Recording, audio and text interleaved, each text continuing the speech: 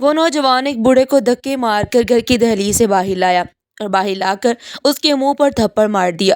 بوڑھا آدمی اس نوجوان کا تشدد برداشت نہ کر سکا اور دیوار کے ساتھ بہتی ہوئی گندی نالی میں جا گرا، جس کی وجہ سے بزرگ کا منہ گندے پانی اور غلاظت سے بھر گیا، مگر تب تک نوجوان اندر جا چکا تھا۔ میں نے بوڑھے کو اٹھایا، نہ جانے کیوں میرے دل میں بھی ایک لمحے کے لیے وسوسہ آیا، مگر جیسے ہی خوف خدا نے میرے دل میں ڈیرا ڈالا، میں نے بزرگ کو اٹھایا تو ان کے منہ سے صرف ایک ہی بات نکل رہی تھی کہ بیٹیاں اللہ کی رحمت ہوتی ہیں۔ میں اسے بات کرنا چاہتا تھا، مگر بات کرنے سے پہلے اس کے منہ پر لگا گند اور غلاظت صاف کرنا ضروری تھا۔ میں پاس موجود دکان پر گیا اور دکاندار کے کولر کی طرف بڑھا ہی تھا کہ اس نے پانی لینے سے یہ کہتے ہوئے روک دیا کہ اس گلاس میں میں خود بھی پانی پیتا ہوں، اگر اس گلاس میں تم اس بزرگ کو پانی دو گے تو جب بھی میں پانی پینے لگوں گا مجھے اس بزرگ کا خیال آئے گا اور میرا دل خراب ہوگا، ہو سکتا ہے مجھے الٹیاں بھی آئیں، لہٰذا اگر تم خود اتنے گندے ہو تو کم از کم ہمیں اپنے جیسا نہ سمجھو اور اس بزرگ کو گھر لے جا کر صفائی کا انتظام کرو۔ نہ جانے کیوں دکاندار کی بات سن کر بہت دکھ ہوا، شاید اس لیے کہ میرا کوئی گھر نہیں تھا، یا پھر اس نے مجھے غلیظ سمجھا تھا، یا پھر کوئی اور وجہ تھی، مگر جو بھی تھا میری جیب میں کچھ پیسے موجود تھے۔ میں چپ کر کے منرل واٹر کی ایک بوتل لے کر بزرگ کی طرف چل پڑا۔ میں نے زندگی میں بہت گناہ کیے ہیں، شاید میرا انجام ان بزرگ سے بھی بدتر ہوگا، دنیا میں بھی اور آخرت میں بھی عبرت کا نشان بنایا جاؤں گا۔ ہو سکتا ہے مجھے بزرگ سے ہمدردی اسی وجہ سے ہو، مگر اس موقع پر میرے دل میں صرف بزرگ کی اور اپنی حیثیت مخلوق خدا کی تھی، اور میں اشرف المخلوقات ہونے کے ناطے ایک اشرف المخلوقات کی خدمت کر کے اس پر رحم کر کے اللہ کی رضا اور رحم طلب کر رہا تھا۔ خیر، جب میں پانی لے کر پہنچا تو ایک 6 سال کی بچی نے بابا جی کا چہرہ اپنے چھوٹے سے دوپٹے سے کافی حد تک صاف کر رکھا تھا۔ میں نے پہنچتے ہی بابا جی کا منہ اپنے ہاتھوں سے دھویا۔ جب بابا جی کا منہ صاف ہو گیا تو معصوم بچی نے مجھ سے نام پوچھا۔ میں نے نام بتایا تو وہ اپنا اسکول والا ٹفن پکڑاتے ہوئے کہنے لگی، انکل آپ دادا ابو کو یہ کھلا دیں، میں اسکول سے لیٹ ہو رہی ہوں، پھر مجھے سزا ملے گی۔ ساتھ ہی بزرگ کو کہا، جب میں پڑھ لکھ کر کمانے کے قابل ہو جاؤں گی نا تو آپ کو گھی والی روٹی بنا کر دوں گی، ابھی آپ نہ مانگا کرے۔ اور ان بزرگ کا منہ چوم کر اسکول چلی گئی۔ بزرگ اس معصوم بچی کو پیچھے سے دیکھتے ہوئے بھی ایک ہی فکرہ دہرا رہے تھے کہ بیٹیاں تو اللہ کی رحمت ہوتی ہیں۔ خیر، میں نے بابا جی کو اٹھا کر ایک صاف جگہ بٹھایا۔ بچی نے جو ٹفن دیا تھا وہ کھولا تو اس میں آدھی روٹی تھی۔ میں وہ روٹی بزرگ کو اپنے ہاتھ سے کھلانے لگا۔ جب میں نے نوالا توڑا تو بزرگ نے آنسو بہاتے ہوئے کہا کہ میری معصوم بچی اسکول بھوکی رہ جائے گی، یہ کھانا اسی کو دے آؤ، میں سمجھوں گا میں نے کھا لیا۔ مگر میں نے یہ کہتے ہوئے وہ کھانا بزرگ کو کھلا دیا کہ بچی کے لیے میں دکان سے کچھ خرید کر دے آؤں گا۔ جب بزرگ کھانا کھا چکے تو میں نے ان سے ان کی کہانی سننا چاہی، جو انہوں نے کچھ یوں سنائی، بیٹا میں اس گاؤں کا سب سے بڑا زمیندار تھا، اللہ نے مجھے پہلی اولاد بیٹا دیا تو میں بہت خوش ہوا۔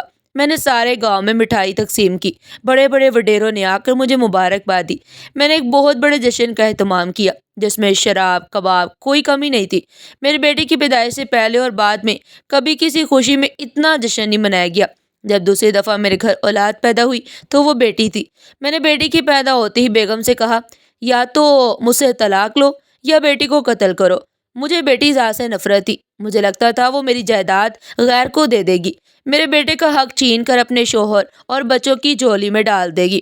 مجھے لگتا تھا بیٹی کی پیدائش سے لوگ میری مردانگی پر شک کریں گے، مجھے یقین تھا بیٹی میرے زوال کی وجہ بنے گی، اسی لیے بیٹی کے پیدا ہوتے ہی ہم میاں بیوی میں سخت بحث شروع ہو گئی۔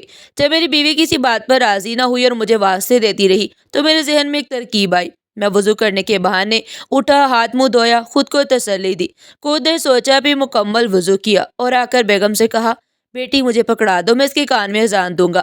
مگر بیگم کو شاید مجھ پر یقین نہیں تھا، اس نے انکار کر دیا کہ اذان صبح میرا بھائی آ کر دے جائے گا۔ جب بیگم نے انکار کیا تو میں نے زبردستی بیٹی اسے چھین لی۔ بیگم چیخ رہی تھی، مگر میں نے بیٹی کو مغرب کی طرف رخ کر کے اذان دینا شروع کر دی۔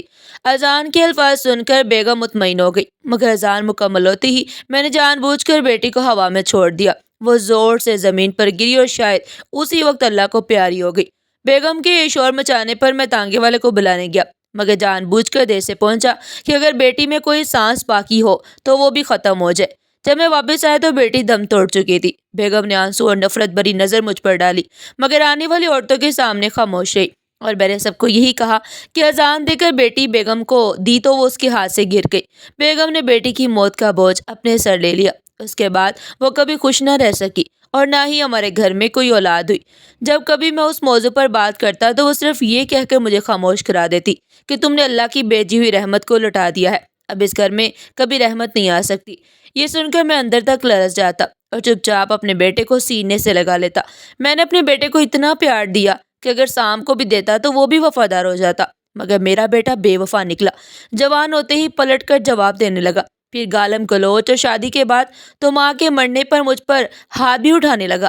میرا بیٹا نشے کا عادی ہو گیا اور نشے میں آ کر ساری زمین اور جائیداد بیچ ڈالی، وہی جائیداد جس کے غیر میں جانے کے خوف سے میں نے اپنی بیٹی کو اپنے ہاتھوں سے قتل کیا تھا کہ اگر وہ زندہ ہوتی تو صرف اپنا حصہ لے جاتی، کم از کم ساری جائیداد تو برباد نہ ہوتی۔ مگر میرے ظالم بیٹے نے میرے جیتے جی سب کچھ لٹا دیا اور آج مجھے مار کر گھر سے نکال دیا۔ اور بزرگ روتے ہوئے بس یہی کہہ رہے تھے کہ بیٹیاں واقعی اللہ کی رحمت ہوتی ہیں۔ مگر جب میرا بیٹا مجھے مارتا تھا تو میری پوتی چوری چھپے اپنے معصوم چھوٹے چھوٹے ہاتھوں سے میرے زخموں پر مرہم رکھ دیتی۔ جب میری پوتی ایک کام کرتی تھی تو میں اس وقت اس بات کی گواہی دیتا تھا کہ واقعی بیٹی اللہ کی رحمت ہوتی ہے۔ اگر کوئی آدمی رحمت کو ٹکرا کر نعمت پائے گا تو یقین کرو وہی نعمت اس کے لیے وبال جان بن جائے گی۔ آخر میں بابا جی روتے ہوئے بتانے لگے کہ آج میرے بیٹے نے مجھے اس بات پر مارا ہے کہ میں نے کہا تھا مجھ سے خشک پراٹھا نہیں کھایا جاتا، مجھے گھی والی نرم روٹی بنا کر دیا کرو۔ ابھی میری بات ختم بھی نہیں ہوئی تھی کہ میرے بیٹے نے میرے سامنے سے وہ روٹی بھی اٹھا لی اور مجھے مارنا پیٹنا شروع کر دیا۔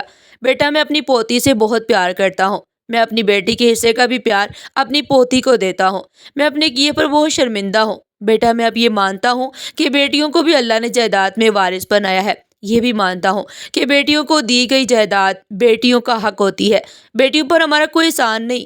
بیٹا میں یہ بھی مانتا ہوں کہ بیٹیاں غیر نہیں ہوتی، مگر پھر بھی میرے دل سے پچھتاوا نہیں جاتا، میں کیا کروں؟ میرے پاس بابا جی کے سوال کا کوئی جواب نہیں تھا۔ میں نے ان سے پوچھا کہ وہ یہاں رہنا چاہتے ہیں یا میں انہیں کسی فلاحی ادارے میں چھوڑ آؤں، تو وہ روتے ہوئے بولے، میری خواہش ہے کہ میں اپنی معصوم بے گناہ بیٹی کے ساتھ دفن ہو جاؤں، اس کے لیے میرا یہی رہنا اور مرنا ضروری ہے۔